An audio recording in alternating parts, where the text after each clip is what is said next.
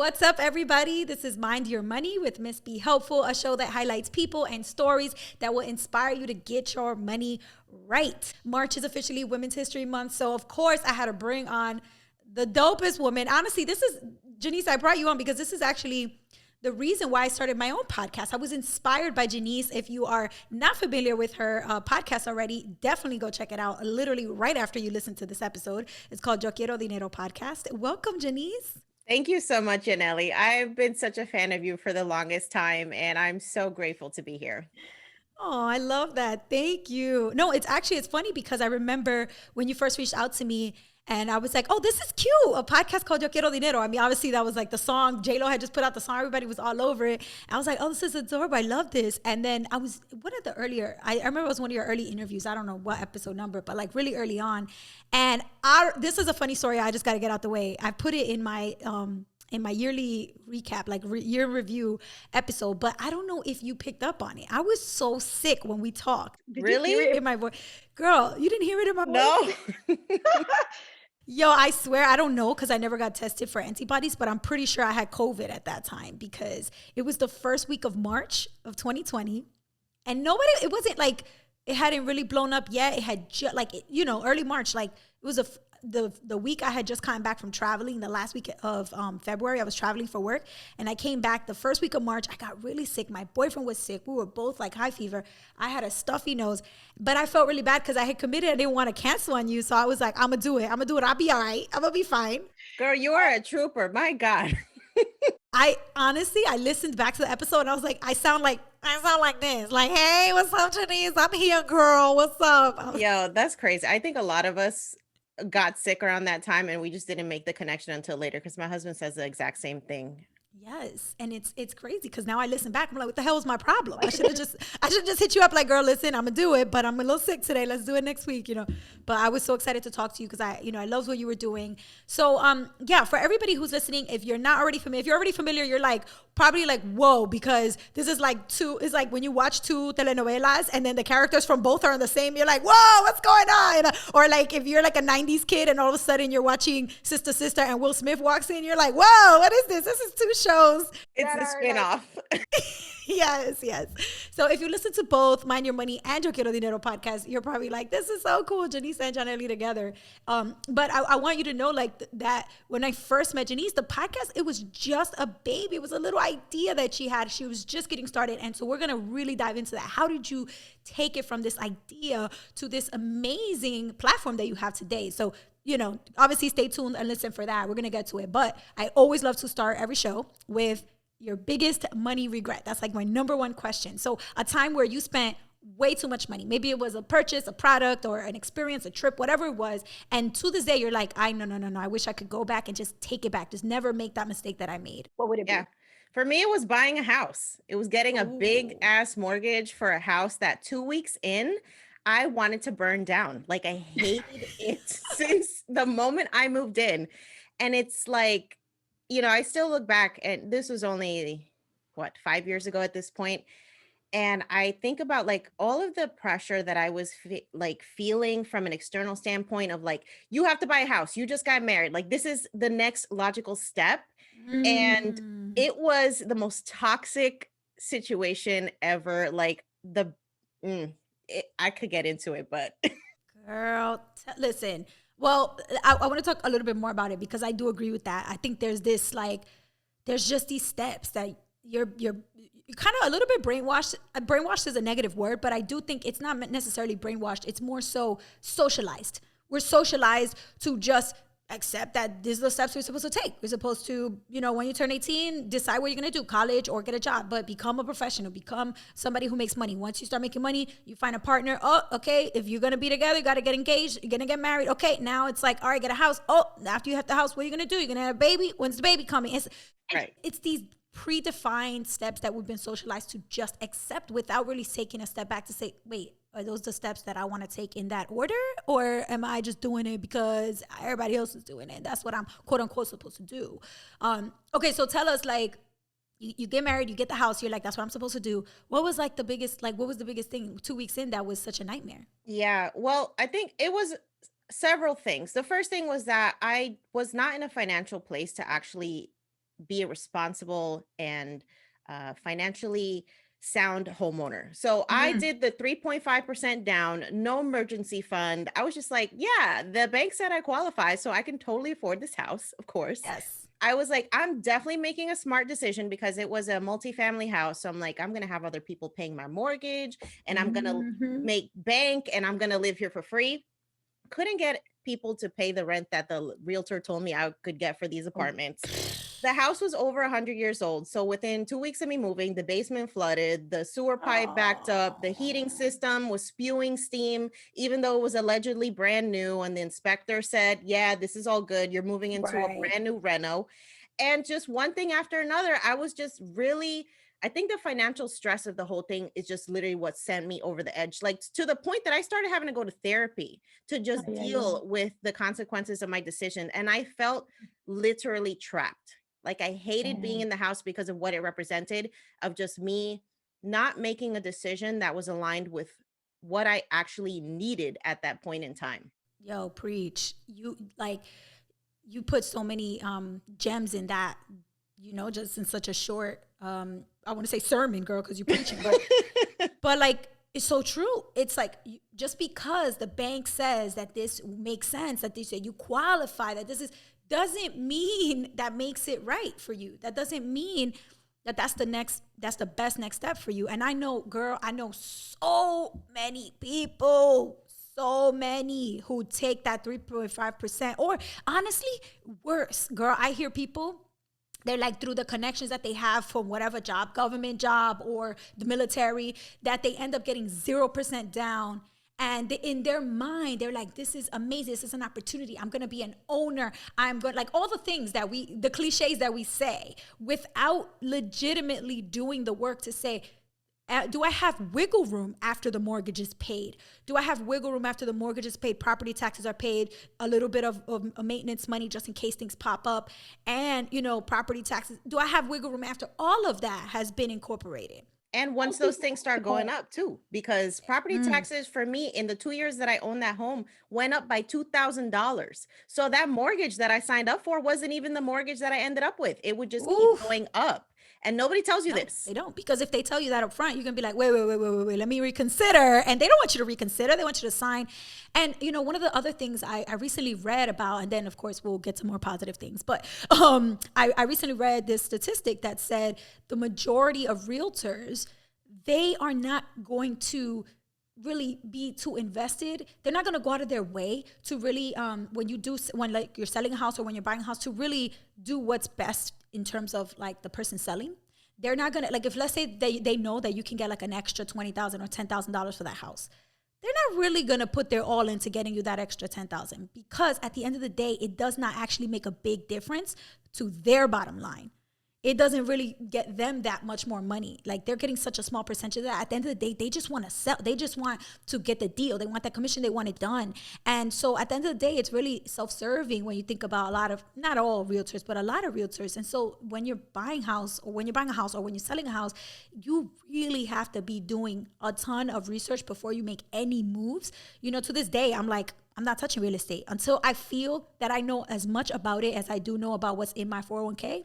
I ain't touching it. No, absolutely. I agree with you. And there is definitely that sense of there has to be a conflict, right? When somebody is making money off of you, whether they're representing you as a buyer or a seller, right, they're not going to be 100% a fiduciary. It's just contradictory to what the relationship is.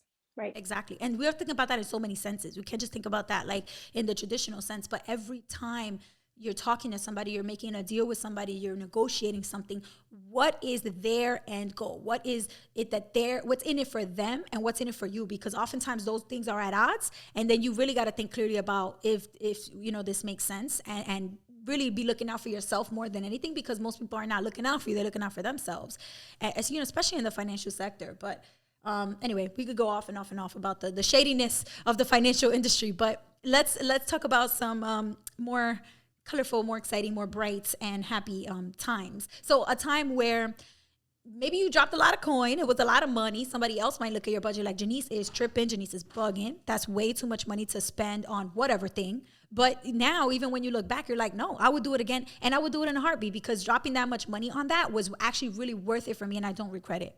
Yeah. So selling that house, I actually had to pay $10,000 because the asking price that I got for it did not match what I had bought it for. And for me, that was the best $10,000 I ever spent, because I was like, you know what? Mm. It's not even about recovering my money at this point. It's about recovering my sanity Mm. and learning the lesson, getting rid of this stress and moving on with my life. And I would have paid $50,000 to get rid of that house. So Wow. that for me was the best money I ever spent. That's crazy. And it's so interesting how, we talk about like these real estate horror stories. And of course, there's so many people that, love real estate, and they are like, real estate is how it works for me, and it's how I made my money. At the end of the day, I really think real estate is so case by case basis. It depends on where, location is everything when it comes to real estate. And it's also about luck. If you get a house in a really great area, but for some reason you cannot find tenants that qualify, that are what you want, what you're comfortable with, that sometimes is a little bit of a stroke of luck too. So, because I know people that have had really bad luck finding tenants that just ruined the property, didn't really take care of it, because they don't own it, so they don't have as much skin in the game as you. And so it's a component of luck, as well as all the other factors going on in the industry as well. Absolutely. And I think that just goes for personal finance in general, right? You can't apply these blanket, like, this is always going to be a good investment. This is always a smart move. It's just not. You have to know your personal situation, what you're comfortable Right. accepting as a level of risk, and like what all the external factors are playing into the decisions that you're making. When you go into real estate, and you're getting a property, you have to go through a loan officer, and you have to prove that you got all the things, that you check all the boxes, that you have the right credit score, that you qualify, that you have enough cash, that you have the right debt to income ratio, all of these things that, prove that you have it all in order. And when you go to invest, let's say like in the stock market, like in, whatever, exchange traded funds, you want to buy some stocks, you want to buy whatever, you don't need to do any kind of pre-qualification. So like anybody could really just start building wealth in the stock market. But with real estate, you really have to have your ish in order. Your house, your financial house got to be in order and straightened up in order for you to even qualify. But I find that through all of these programs and all of these little perks here and there, you can find this or that promotion or this that allow people to just dodge all of those, qualifications that, traditionally speaking, yeah, you're supposed to put 20% down or 10% down. You're supposed to this and that, did this much debt to income ratio. But because of this thirst of the industry to just get more people, buying and selling, like more transactions happening, a lot of that stuff goes out the window. And we hear people getting houses 0% down, 3% down, all kinds of stories like that. So I think her point, I like that point, but to me, it's like, that's the way it was intended when the industry kind of was first designed, in terms of thinking about it like logically and strategically, like who is in a position to purchase property. But after time, what happened in '08, it's just a clear example of the hunger and the thirst to just give these loans to more people, just get more people purchasing properties. And a lot of these people ain't got no business owning houses. No, So that's right. Facts. yeah, girl. Facts on facts. I just love that you put it out there like that, because I think there's a lot of like one size fits all advice. And real estate is one of those things where it's like, if you don't know about it, you go in blind, you could get burned. But the way that it is perceived, the way that it's portrayed in social media and, in advertising marketing, is like, this is the way to build generational wealth. It's not the way, it's one potential way. Yeah. But it's not like I feel like especially in the Latinx community, it's like, if you don't have a house, like you didn't make it. Right. And I hate that. I hate that so much. So I love that you are always talking about this. Like, listen, the house was the worst thing I ever did. And I rent, and it's fine. And like, it's okay for you to not go with the quote unquote what you're supposed to do. Society tells you this is what you're supposed to have. This is how you're supposed to do it. Like, you can do it your own way, and that's okay. Yeah. And I think, being a child of the first recession, 2008 recession, I had just graduated college 6 months before. So I saw the direct impact of like all these people that had made the investment in housing. And I know people today that still haven't been able to recover the original price that they paid for a home. And we're how many years out at this point? So it's just Ouch. like that, hindsight is 2020. And I think like there is no substitute for really educating yourself and just understanding like what the actual worst case scenario is in any of these types of situations. I couldn't have said it better myself. All right, girl. So let's jump into a little bit about your background. I know you're from Jersey. I know that much. You from around me, around my where I'm New York City, you're Jersey. But tell us a little bit about growing up. Like, what was it like in your house? Were there conversations about money? Were you aware of money? Was money like very taboo? Like what were some early lessons that you remember? Either discussions talking about money or just like things that you picked up on, even though nobody talked about it, that you kind of internalized. Yeah. So I'm Puerto Rican. My parents came from the island in the 1980s during the big diaspora, and they settled in New Jersey. My dad is a military vet, and my mom is a high school graduate. She works in education. And so I saw the epitome of the American dream through them. They came here with $400 in their pocket, built a life, struggled, you know, government assistance, the whole thing. And then eventually they were able to dig themselves out of that and buy a home. And so for me, I definitely saw like the value of having a work ethic and just not giving up no matter how hard things get. And I think that is definitely something that I still carry with me today, just that you're going to figure it out no matter what's happening. And I think, Right. there's no monetary value on that. That is priceless. And I think that's the greatest gift that I have been given from them. When it comes to money, money was always something that was stressful. I Mm. noticed that as my dad made more money, he got a job as a consultant, and that involved a lot of traveling. So, my mom, for all intents and purposes, was like a single mom for the majority of my childhood because my dad would work Monday through Friday. He'd hop on a plane on Monday, come back Friday, be home for the weekend, and leave. And Oh. so, the struggle for money, and I think what I internalized about money is like you had to sacrifice a lot if you want stability and security. And so I saw that, and the fact that my mom was, forced to kind of take on this primary caretaker role, as like, I don't want that to be me as a woman. Like, I want to make enough money that I can do whatever the hell I want. I don't want to be like subjected to having to deal with X, Y, and Z because I'm reliant financially on my partner. And I think that made me like very independent as a woman. So even today, like I've been married 8 years now with my husband for 15 total. Like I still don't share bank accounts. Like I Mm. control all my money. He controls his. Like we pay our money based on, pay our bills based on the percentages of our income. But for me, it's always been super important to retain that financial independence. And I think it's a direct result of like what I saw in, not only in my direct household, but like just women in my family, of a lot of them just kind of being at the mercy of money. And men who they depended on for that money. Right. Girl, preach. You know, It's so funny because like as you're talking, I'm like, are you describing my life or yours? Like you talk about me or yourself. I don't. But yes, I think that is so true, especially in those in that wave, that those early immigration waves where you come to this country and it's like you just sort of succumb to the culture here, which is very patriarchal. At the end of the day, the men are going to go out and do the work and the women are supposed to be wives. That is wives and mothers. That's the American way before like the women's movement in the 70s. Before all of that, child, please, if you were a woman here, you look cute, prim and proper. You stay in the house and preferably in the kitchen with the kids. Like you, and so it's very interesting that nowadays we are in this whole wave of feminism and women's rights. And like, no, well, I'm out here making my own money. I have my own bank account.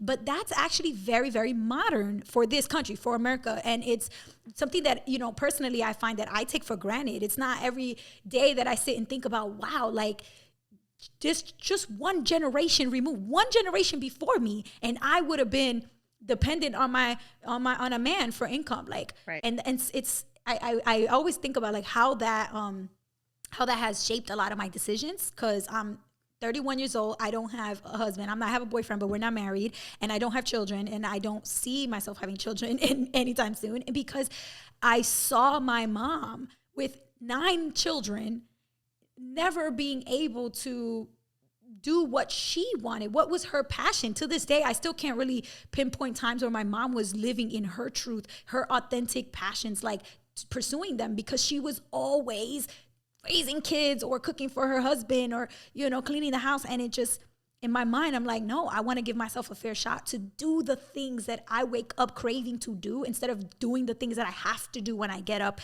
because they're just the responsibilities of my life. Like, I don't want it to just be like happenstance. I want to choose the things that I do every day. And maybe that makes me selfish, but you know what? Fine, I'll claim it. I'm selfish. If that's what it is, so be it. Like, Listen, I think there's all these expectations that are placed on women that we have to fit into this mold of what the perfect woman is. And I'm like, you know what? F that. I'm sorry. Like, we yep. already see what that whole patriarchal standard of what a woman is. And there's no glory in that. There's no celebration in that. Like, yes, mothers are important. Being wives, if that's what you want to do, if you want to have children, like, that's great, but that's not your only option. And Mm, especially not if that's not authentic to like what you want in your life. You have a choice. And we have yes. to start like owning that, proclaiming it, and making like taking the shame out of those decisions. Like, I'm done explaining to people why I'm 35 and don't have children. I don't Mm, want kids. That's it. mm. Like, there's no other explanation that you need. The same way that you would never ask a man why he doesn't have kids.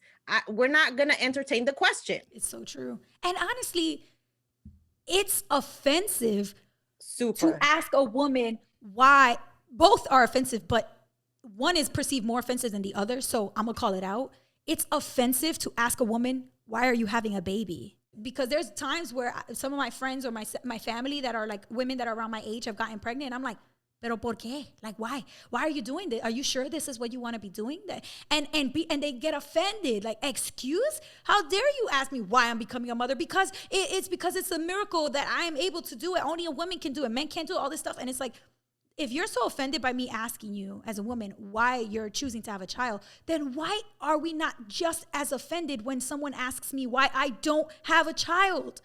I don't understand. They're the same. They're two sides to the same coin. I just Let's it just stop baffles worrying me. about what women are doing with their bodies, period. How about that? How about that?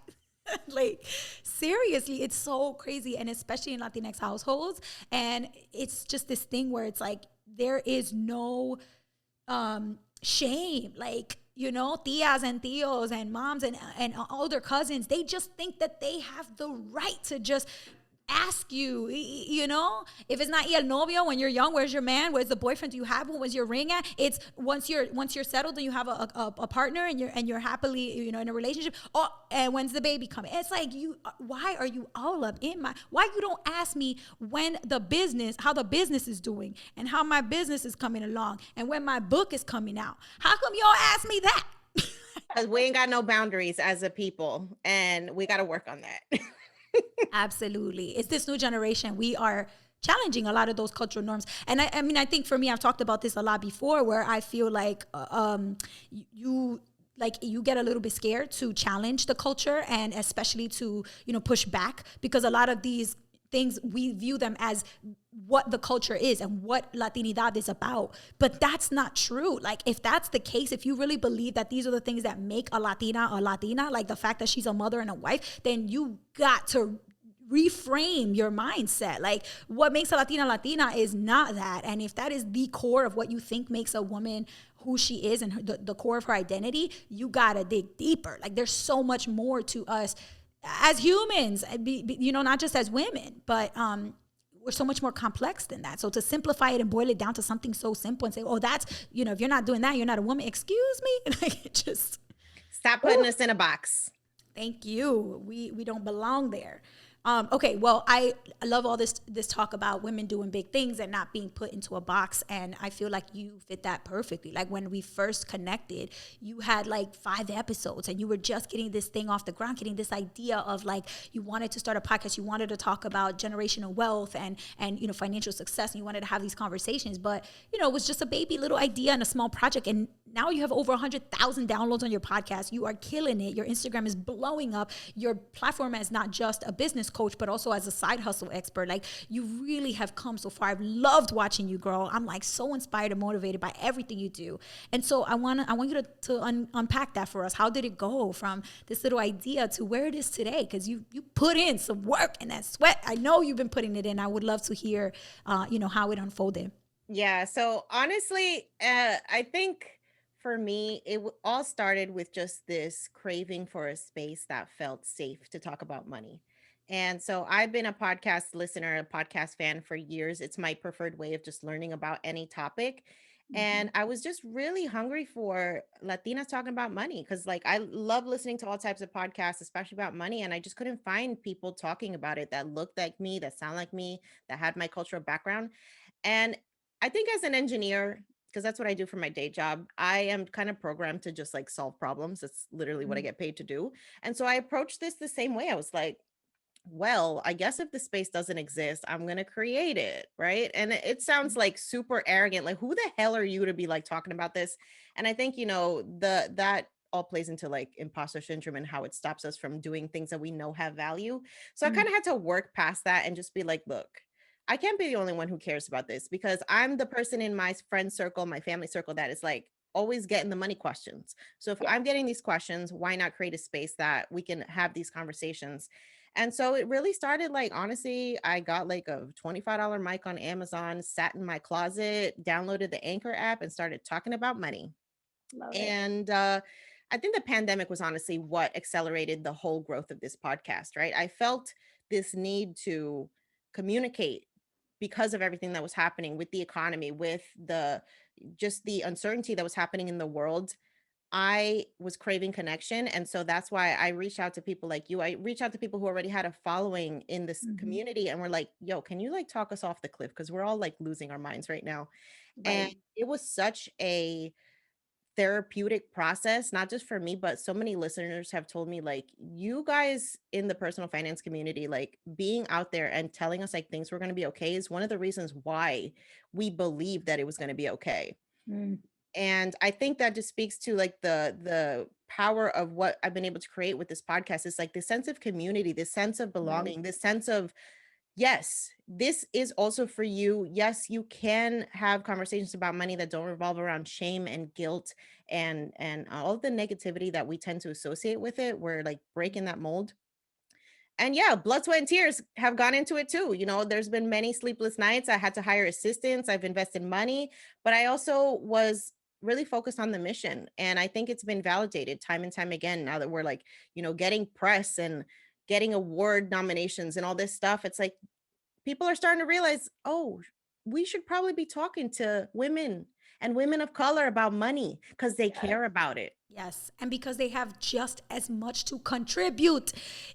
Honestly, that's the thing that I feel like it baffles me every time to think about how these conversations have existed in a vacuum among white men and literally have not considered for a moment what others who are not white males could contribute to this conversation through their lived experiences that are probably totally unrelatable to white males in many ways, but could be just as beneficial in terms of the strategies, the tips, the takeaways, the gems that you learn along the way through your struggle. Like that is universal.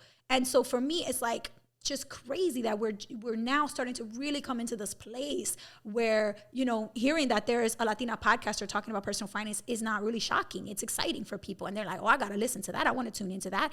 It's becoming way more accepted in the space, and it's no longer shocking to hear that there's something that is not the typical whatever type of content that you would hear in the space. I'm all about that, obviously, because hello, I've been talking about credit and saving and investing and budgeting for years. And I feel like the reason I started was exactly because of you. I was like, when I was learning through books. I was reading.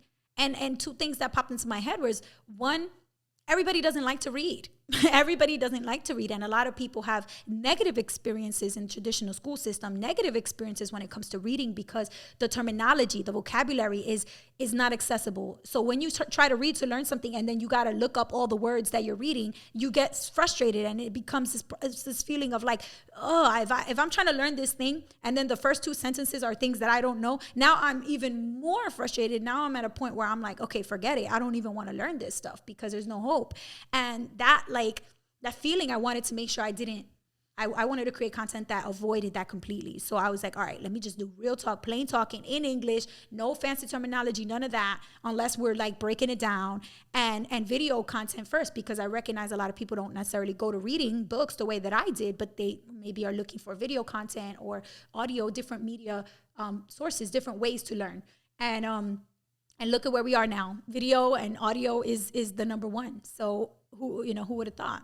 Yeah, and I think this platform and just the more that we have women of color talking about money, it encourages people to question the status quo. It encourages people to be like, this is not okay that we're not learning this. They start demanding more, not just from their community, but from like financial institutions.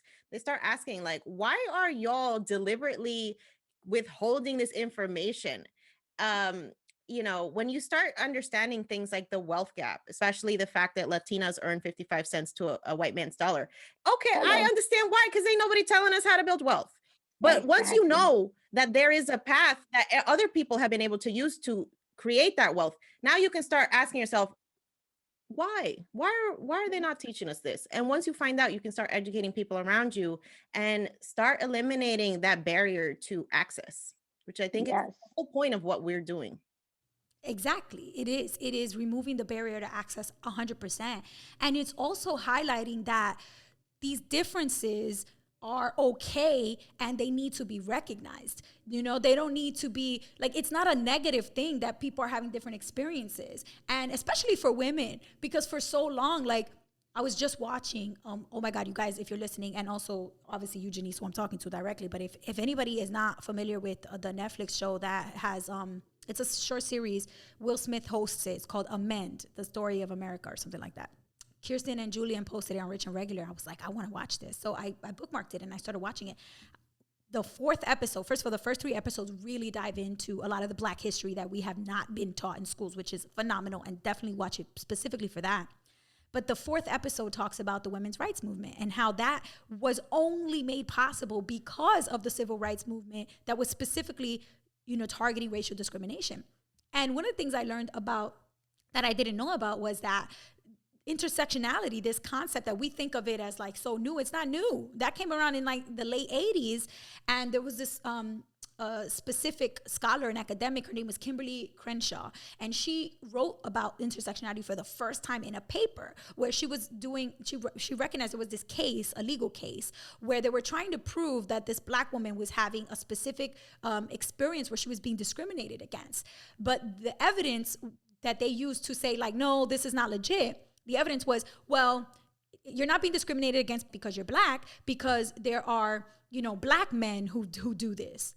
And then also there's white women who do this as well. So, we just proved that like, there's no way that you're being discriminated against, because there's women doing this job, even though they're white. And there's also men doing this job that are Black. So the fact that you're Black is not an issue. And the fact that you're a woman is not an issue. So, and they were like, why can't you understand that being a Black woman together in an experience where both of those live inside of you, that you are Black and a woman at the same time, is different from being a woman who is white, and also different from being a Black man who is not a woman. Like, the fact that this idea, they couldn't understand it, it's the same thing that we still deal with today, where people can't understand that your experience as a woman of color dealing with money is going to be different from the experience of a white woman dealing with money, and is going to be different from a man of color dealing with money. And we have to make room for each of these unique combinations of identities and make room for them all equally. The differences are not problematic. If anything, they give us more clarity, more information, more contributions to be able to help anybody and everybody. Yeah. And, anyway, it's just this, like, it just baffles me. As I was watching that, I was like, I can't believe that that they couldn't see that this was different, and that it was, proven in court that it's the same thing. Oh no, it's the same thing. Here are these women and here are these men, but none of them are Black women. Like, how could you not see that? Everybody likes to argue about other people's experiences, and it's just like, I don't entertain those conversations, because I will not tell you the amount of times that when I bring up race and money, that people are like, that has nothing to do with it, you're being a racist, there's this data doesn't exist. And I'm just like, look, we're not going to argue science. You're not going to argue science with somebody who literally does science for a living. We're not doing that. There are people who want to learn and people who don't, and I don't argue with the ones that don't. Yes, I absolutely feel that. I've seen that so much over the previous month, February. I posted so much content for Black History Month, and there was so many people who were like, how can you say this? How can you say that? Like New York, I posted something about New York City statistics that first came out of the wave of vaccines that were available to the public. And the majority of the people who were given vaccines were white people in New York City. And a lot of Black and Latinx and other, non-white communities did not have equal access to the vaccines. And that's just statistics, right? Of course, we can go into like the reasons and the causes, and sure, but I'm literally just sharing a statistic and saying, what are we doing? We need to do more work to change these statistics, whether that means that we need to be educating communities of color and saying, listen, y'all need to be signing up for this vaccine, or we need to be making more clinics available in the zip code areas where there are predominantly more communities of color. All these things need to start happening. My point was that we need to be responding to the data by putting in work. And oh my Lord, you don't understand. People coming at me with, how can you say that? Like, this is not about race. This is about that and da da da. And I'm like, listen, at the same rate, there are so many people who are diving into this and saying, oh yeah, man, we need to be doing more. Let's take a look at where the clinics are located. Let's take a look at what we're doing. Are we really doing everything that we can, to make sure that it's equitable? Are we? Because if not, like, this is a call to action. There's people like that. They want to learn. They want to dive in. They want to make things better. They're interested in progress. But you just know right up front when there's somebody who is not interested in having a conversation about progress. And at that point, I'm like, look, you're not gonna mess with my day. You are not. You are not gonna mess with my whole week, honestly, because sometimes if I have a bad conversation like that, it ruins me for like multiple days. I can't get it out of my head. I need therapy because it's just like, it's just so disgusting. It festers in your mind and it just ruins everything. All the positivity, everything that you work hard for is gone because of these negative interactions. We can't argue with facts, so just don't do it. Right. Like, let me just look. I'm going to just check out. And I've definitely had to block people and restrict people because I'm like, listen, I can't. Like, if you're constantly responding to my posts with very similar thing, clearly there's something with you, something going on with you, that you're being triggered by language about equality and access for all. And whatever reason you have going on in yourself that bothers you, you need to go to therapy for that. Don't hit me up. I'm not qualified to handle that. I ain't a therapist, honey. Nope. Ay. All right, girl. Well, we've learned so much about you, your story, the platform, Yo Quiero Dinero podcast.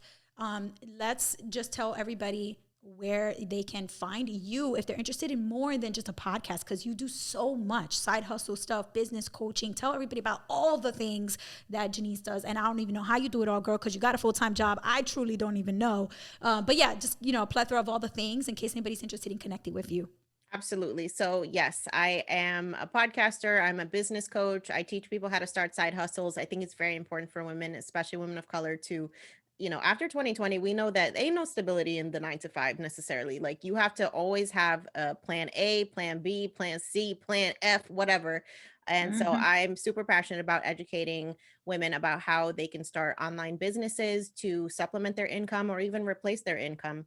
So if you want to find out about that, check out my website, YoQuieroDineroPodcast.com. I do live events teaching people about investing and wealth building. So I would love for you guys to come and hang out.